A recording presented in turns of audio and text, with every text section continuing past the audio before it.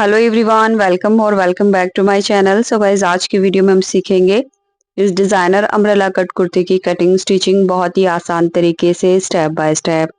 So guys, video को अच्छे से समझने के लिए एंड तक जरूर देखें, कहीं भी स्किप ना करें। और वीडियो पसंद आए तो प्लीज लाइक करके शेयर कर दें। और अगर आपने अभी तक मेरा चैनल सब्सक्राइब नहीं किया है तो प्लीज चैनल को सब्सक्राइब करके बेल आइकन जरूर दबा दें। तो इस कुर्ती के साथ हमने ये अम्ब्रेला प्लाजो बनाया है, जिसकी वीडियो ऑलरेडी मैं अपने इस चैनल पर पोस्ट कर चुकी हूँ, जिसे काफी लोगों ने पसंद किया है और काफी लोग अब तक इसको देख चुके हैं।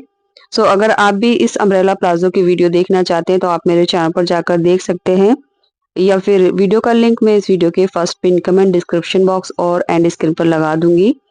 सो इस प्लाजो को मैंने जॉर्जेट फैब्रिक के साथ बनाया है, बिना जॉइंट वाला प्लाजो है, काफी अच्छे से फ्लेयर के साथ बना है। अब बात करते हैं इस कुर्ती की। तो इस कुर्ती का जो मेजरमेंट है वो आप यहाँ स्क्रीन पर देख सकते हैं। इसके अकॉर्डिंग हमने यहाँ पर मटेरियल ले लिया है। तो यहाँ पर ये दो तरह की लेस ली है मैंने। ये वाली जो लेस है ये 2 मीटर है, जिसमें से ये तकरीबन 1.25 मीटर ही यूज होगी, और 5 मीटर ये वाली लेस है जो हम फ्लेयर में लगाएंगे। और इसके साथ हमने ये जॉर्जेट फैब्रिक लिया है, तो 3 मीटर मैंने जॉर्जेट फैब्रिक लिया है। और इसके साथ हमने जो लाइनिंग लगानी है, तो लाइनिंग भी मैंने 3 मीटर ही ली है सिल्क क्रेप फैब्रिक की, क्योंकि ये बड़ा साइज है तो लाइनिंग की भी जरूरत उतनी ही रहेगी जितना हमारा मेन फैब्रिक है। दोनों फैब्रिक में से हमने टॉप पार्ट के अकॉर्डिंग यहाँ पर फैब्रिक कट कर लेना है। तो ये मेरा लाइनिंग वाला फैब्रिक है, फोल्ड फोल्ड करके हमने रख लिया है। साइज के अकॉर्डिंग मैंने इसकी जो लेंथ है वो 17 इंच ली है। 16 इंच पर टॉप पार्ट की रेडी लेंथ रहेगी, तो 1 इंच एक्स्ट्रा लेना है। यहाँ से जो चौड़ाई है वो मैंने 13 इंच ली है। 11.5 इंच पर इसका बस्ट बनेगा और 1.5 इंच का इसका मार्जिन आ जाएगा। अब इसी के बराबर हमने जॉर्जेट वाला फैब्रिक भी लेना है, ये भी हमने फोल्ड फोल्ड करके लिया है। दोनों की लंबाई चौड़ाई हमने यहाँ पर बराबर ले ली है। अब इसमें से हम अपना टॉप पार्ट कट करेंगे। सबसे पहले शोल्डर का हाफ लेंगे जो है 7.5 इंच। उसके बाद नेक की विड्थ लेंगे 3.5 इंच। नेक विड्थ आप अपने साइज के हिसाब से ले सकते हैं। 1.25 इंच पर शोल्डर डाउन करेंगे और नेक से हमने तिरछा करके इस तरह से मिला देना है। अब यहाँ से हमने आर्म होल की लेंथ लेनी है, तो साइज के अकॉर्डिंग आर्म होल की लेंथ मैं 7.5 इंच ले रही हूँ। अब इस मार्क को ऊपर सीधा करके मिला देंगे। इसके बाद यहाँ से बस्ट का फोर्थ पार्ट मार्क करेंगे जो है 11.5 इंच। अब फ्री हैंड से बैक आर्म होल की शेप देंगे और आधा से 1.25 इंच अंदर की तरफ फ्रंट आर्म होल की शेप दे देंगे। सो ये डबल एक्सल साइज के लिए मैं बना रही हूँ। इसके बाद जो इसका वेस्ट रहेगा वो 10 इंच पर रहेगा, तकरीबन 2 इंच हम इसमें मार्जिन ऐड कर लेंगे। तो ये वाले जो मार्क है ये हमारे फिटिंग के मार्क रहेंगे और ये वाले हमारे कटिंग के मार्क रहेंगे। मार्जिन 1.5 से 2 इंच आगे रखते हुए कट करना है। अब जो मार्जिन वाला मार्क है यहाँ से 1.25 इंच ऊपर मार्क करेंगे और पीछे की तरफ गोलाई देते हुए मिला लेंगे। आप चाहे तो इसमें डार्ट भी डाल सकते हैं, बट मैं यहाँ डार्ट स्किप कर रही हूँ। इसके बाद बैक नेक की जो लेंथ है वो मैं 5 इंच ले रही हूँ और फ्रंट नेक की जो लेंथ है वो 7.5 इंच ले रही हूँ। अगर आपका ज्यादा हैवी साइज नहीं है, मीडियम या फिर स्मॉल साइज है, तो आप इसमें बॉट नेक बनाएं, वो ज्यादा अच्छा लगेगा। क्योंकि काफी हैवी साइज था तो उनको बोट नेक नहीं चाहिए था, इसलिए मैंने डीप नेक बनाया है। तो ये हमने 2 बॉक्स बना लेने हैं बैक नेक और फ्रंट नेक के लिए। इसमें हमने नेक की शेप दे देनी है इस तरह से। इसके बाद अब हमने इसकी बैक नेक से होते हुए बैक आर्म होल पर कटिंग कर लेनी है। कटिंग करने के बाद हम इसमें से अपना बैक वाला पार्ट निकाल देंगे। तो एक जॉर्जेट वाला पीस निकालेंगे और एक क्रेप वाला फैब्रिक यानी लाइनिंग वाला। तो ये हमारे फ्रंट वाले पीस हैं, इनको हमने दोबारा से एक दूसरे के ऊपर इस तरह से सेट करना है और नेक की गहराई और आर्म होल की एक्स्ट्रा कटिंग कर लेनी है। सो अब ये हमारा फ्रंट वाला पार्ट रहेगा। तो पहले हम लाइनिंग रखेंगे, उसके बाद जो हमारा जॉर्जेट फैब्रिक है वो रखेंगे। इन दोनों को नेक से हमने स्टिच कर देना है और उसमें छोटे छोटे कट लगा देने हैं। बिल्कुल इसी तरह से हम अपना बैक वाला नेक भी तैयार कर लेंगे, बस हमने यहाँ पर सिलाई लगाकर कट लगा देने हैं। अब बचे हुए फैब्रिक में से सबसे पहले हम अपनी स्लीव कट करेंगे, जिसके लिए कपड़े को किनारी वाली साइड से मिलाते हुए डबल करेंगे। उसके बाद हमने इसको फोल्ड कर लेना है इस तरह से। तो यहाँ से हम पहले अपनी स्लीव की लेंथ निकालेंगे। ये देखिए, तो स्लीव की लेंथ तकरीबन मैं 22 इंच रखूंगी। इस मार्क को सीधा करेंगे और कट कर देंगे। अब कट करने के बाद जो बचा हुआ फैब्रिक है उससे हमने फ्लेयर बनाना है। तो ये वाला फैब्रिक जितना भी है वो हमारा फ्लेयर में यूज हो जाएगा। इसके बाद ये हमारी बिल्कुल सिंपल स्लीव है, तो यहाँ पर आर्म होल जो है वो तकरीबन मुझे 11 इंच मिला है और स्लीव कैप हम 3.5 इंच पर बनाएंगे इस तरह से और आर्म होल की शेप दे देंगे। स्लीव ओपनिंग मैं 7 इंच ले रही हूँ, तो इनर स्लीव की मार्किंग करके इसको कट कर लेना है। बाकी आप स्लीव में कोई डिजाइन बनाना चाहते हैं आप बना सकते हैं। अब स्लीव की 2 लेयर जो होती है फ्रंट की, उसमें हमने आर्म होल की एक्स्ट्रा कटिंग कर लेनी है। इसके बाद ये जो बचा हुआ फैब्रिक था इसको हमने डबल कर लेना है। डबल करने के बाद इसकी जो लेंथ है तकरीबन 46 इंच है। अब कपड़े को हमने इस तरह से रखना है और ट्रायंगल शेप में 4 फोल्ड कर लेना है। इस तरह से कपड़े को अच्छे से हमने बिछा लिया है। अब इस वाले कॉर्नर से हम अपनी कमर की मार्किंग करेंगे। तो कमर की मार्किंग करने के लिए जो फॉर्मूला है हम अपने वेस्ट के अकॉर्डिंग लेंगे। जितना भी हमारा वेस्ट है उसको 4 से डिवाइड करेंगे और उसमें 1 इंच प्लस कर लेंगे। जैसे मेरे मेजरमेंट के हिसाब से 40 वेस्ट है तो 40 का 4th पार्ट हुआ 10 इंच। 10 में हमने 1 इंच प्लस किया जो हुआ 11 इंच। 11 इंच पर मार्क करके हम खुली साइड में जो भी लेंथ आएगी नीचे हमने गोलाई में मार्क कर लेना है। इस मार्क को हम डार्क कर देंगे और एक बार चेक कर लेंगे। ये यहाँ से हमारा 11 इंच है साइज के अकॉर्डिंग। इसके बाद इस मार्क से ऊपर की तरफ तकरीबन 1.25 इंच एक और मार्क करेंगे जो हमारी कटिंग का मार्क रहेगा। अब नीचे वाले मार्क पर हम अपने टॉप पार्ट की रेडी लेंथ रखेंगे। टॉप पार्ट हमें रेडी 16 पर चाहिए, यानी 16 इंच पर हमारे टॉप पार्ट की रेडी लेंथ रहेगी। तो 16 इंच हमने इस मार्क पर रखकर ऊपर की तरफ निकाल दिया है। अब नीचे से जितनी भी हमें लंबाई मिल रही है वो हम रख लेंगे। तो यहाँ से इसकी जो लंबाई है वो 29 इंच है, ये देखिए। अब इंच टेप को ऊपर कॉर्नर पर रखेंगे और जो भी नीचे लेंथ आई है उसको फॉलो करते हुए हमने थोड़ी थोड़ी दूरी पर डॉट डॉट करके मार्किंग करनी है। इस तरह से इंच टेप को बिल्कुल सीधा रखना है ऐसे करके। तो ये सब मार्क हमने इस तरह से कर लेने हैं। उसके बाद इन सभी मार्क को एक दूसरे के साथ मिला देना है। ये देखिए ये हमारा हाफ सर्कल मार्क हो चुका है। अब ऊपर वाला जो मार्क है ये हमारा, इसको हमने कट कर लेना है। इसके बाद नीचे फ्लेयर में हमने जो मार्क किया है इस पर भी कट कर लेंगे। तो लीजिए जॉर्जेट वाला जो फ्लेयर है वो हमारा कट हो चुका है। इसके बाद इसके चारों तरफ मैं पिन लगाकर टक कर लूंगी क्योंकि इसी की हेल्प से हमने लाइनिंग कट करनी है। तो जॉर्जेट वाला फैब्रिक इधर उधर ना भागे इसलिए हमने यहाँ पर चारों तरफ पिन लगा ली है। अब ये सिक्योर हो चुका है। इसके बाद हम लाइनिंग लेंगे। सो लाइनिंग की कटिंग भी बिल्कुल इसी तरह से रहेगी। ये देखिए लाइनिंग को हम इस तरह से डबल फोल्ड कर लेंगे ऐसे करके और फिर ट्रायंगल शेप में 4 फोल्ड कर लेंगे। इसके बाद हमने अपना जॉर्जेट वाला घेरा लेना है, उसके ऊपर इस तरह से मिलाकर रखेंगे। दोनों की खुली साइड एक तरफ रहेगी, बंद साइड एक तरफ। कमर की साइड से बिल्कुल बराबर मार्क करेंगे इस तरह से। और उसके बाद जो हमारे जॉर्जेट वाले फ्लेयर की लेंथ है उससे हम 2 इंच कम करके लाइनिंग की लेंथ लेंगे। तो मैं यहाँ पर लाइनिंग की जो लेंथ है वो 27 इंच ले रही हूँ क्योंकि 29 इंच पर हमने जॉर्जेट की लेंथ ली थी। अब इंच टेप को हमने ऊपर कॉर्नर पर रखना है। बिल्कुल उसी तरह से हमने नीचे की तरफ डॉट डॉट करके थोड़ी थोड़ी दूरी पर मार्क करना है। उसके बाद इन सभी मार्क को हम एक दूसरे के साथ मिला देंगे इस तरह से। अब लाइनिंग में थोड़ा सा जॉइंट आएगा तो पहले हमने ऊपर जो मार्क किया है कमर की साइड इसको हमने कट कर लेना है। कट करने के बाद यहाँ से जो फैब्रिक निकलेगा इसी से हमने नीचे की तरफ जॉइंट लगाना है। तो किनारी वाली साइड को हम नीचे किनारी के ऊपर एक दूसरे के ऊपर चढ़ाते हुए रखेंगे।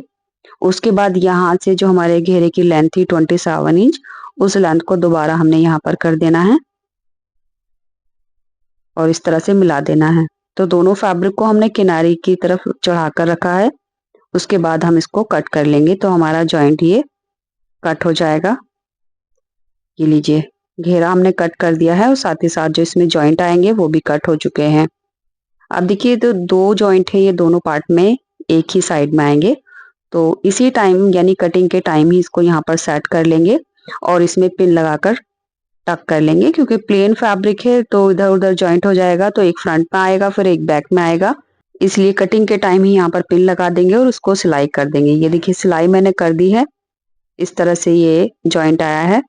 अब इसको स्टिच करना है। तो स्टिच करने के लिए हम अपने कमर की जितनी भी गोलाई रखनी है यानी जितना भी हमने मार्जिन छोड़ा है एक साइड में, यहाँ पर दोनों साइड में हम सिलाई लगा लेंगे और नीचे का जो घेरा है वो भी फोल्ड कर देंगे।